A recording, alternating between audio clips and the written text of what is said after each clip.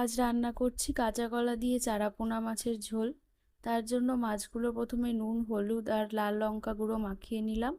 এবার সর্ষের তেলে মাছগুলো ভেজে নিচ্ছি ভালো করে। মাছগুলো ভাজা হয়ে গেছে, এবার তুলে অন্য একটি জায়গায় রেখে দেব। তারপর ওই তেলেই দিয়ে দিলাম বড়ি। বড়িগুলো ভেজে নেব, ভেজে নিয়ে তুলে রেখে দেব। এবার টুকরো করে কেটে রাখা কাঁচা কলাগুলো ওই তেলেই হালকা নেড়ে চেড়ে একটু ভেজে নিচ্ছি। কাঁচা কলাগুলো ভাজা হয়ে গেছে, তুলে রেখে দিলাম।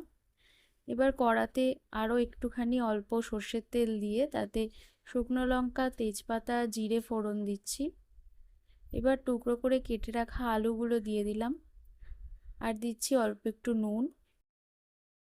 আলুগুলো ঢাকা দিয়ে কিছুক্ষণ সিদ্ধ করে নেব।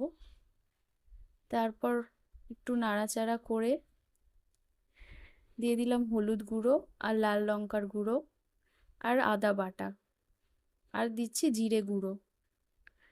ভালো করে মিশিয়ে নিচ্ছি। এবার দিচ্ছি কাঁচা লঙ্কা, এবার দিচ্ছি টমেটো কুচি, আর অল্প একটু জল দিয়ে নাড়াচাড়া করে নিলাম।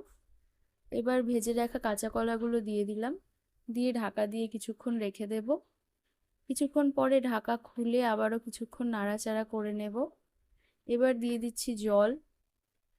জল দিয়ে কিছুক্ষণ ঢাকা দিয়ে রেখে দেব।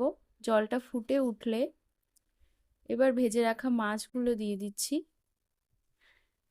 ভেজে রাখা মাছগুলো দিয়ে আরও কিছুক্ষণ ফুটিয়ে নেব। তারপর দিয়ে দিচ্ছি ভেজে রাখা বড়িগুলো।